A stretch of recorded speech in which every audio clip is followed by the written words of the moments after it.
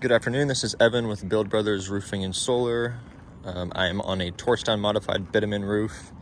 And so what's going on is inside the house, the roof is starting to cave in, and wanted to get up on the roof and check the AC unit. And as you can see there, I do not see any evidence that the AC unit is sinking down or caving in at all. It looks level. It looks like it, is flashed properly. You do also have pool solar here. Pool solar is super common in Southern California. But with that, obviously, it brings moisture on the roof and puts it back down into the pool. So you do see some of the moisture build up where these water pipes are. So that could be contributing to what's going on. But again, you don't see the AC unit, any evidence of it going down into the roof here.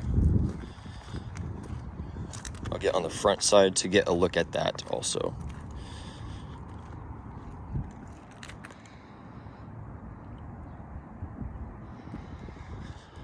And so as far as an emergency tarp, I don't believe that would help, because it's not going to help us figure out what's really causing it, whether it's something from the outside or something just from the inside, maybe to do with the insulation or moisture buildup inside. And an emergency tarp would not stop this from caving in if that is about to happen. And so now on the rest of the roof, you have a solar system installed here. Now this torch-down modified bitumen roof is around 20 years old. And so it is past the life expectancy of a flat roofing system installed with torch down, which has a life expectancy of 15 years. And so let me just show you what I'm talking about here. So typically on a torch down, sign of aging there, you have the material withering away from the perimeter. I'll show another section. So virtually around the entire perimeter, you have it withering away here. And we want to see that sealed so that water can't get through in there. That's happening around the entire perimeter of this roof. Clear sign of a 20-year-old age. Now right here, you do have some ponding occurring. And so ponding water is just moisture that will just sit under there, under the granules. And eventually, this is around the front of the garage here, so eventually that will become a failure point for the roof. Now, as far as how this was installed, it was installed properly. I do see some proper bleed out, but a lot of it is cracking. And you do have some evident repairs done over time, like right here. A reseal of the penetrations, but those seals are cracking there also. And so we have a lot going on this roof.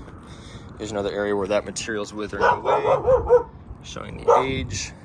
You have some repairs done there also.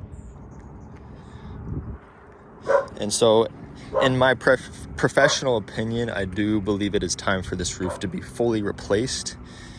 So if the roof is to be replaced, we would be removing the solar, removing the pool solar, removing the AC unit, tearing down all the way down to the wood decking to address any of the bad wood that has been compromised by wood rot, dry rot, or termite damage. We would be able to look from the outside, from the exterior, and through the plywood what's happening in this area and addressing it at that point. After we rejuvenate the structural integrity of the home, we'll be installing our FR10 underlayment for fire resistance, and then I am going to propose our commercial grade TPO flat roofing system material over the top of this roofing system. We'll be installing brand new 2-inch drip edge around the perimeter. We would do a reinstall of the solar panels there, and then reinstalling the AC unit in this area here and properly integrating it with the TPO. And then also we'd be addressing the reinstall of the pool solar and updating the ventilation with new TPO vents. And then this roof will be in fantastic shape for the foreseeable future after we do that. And then last step then we would be looking at what the damage is from the inside and fixing up the interior after we fix the exterior here.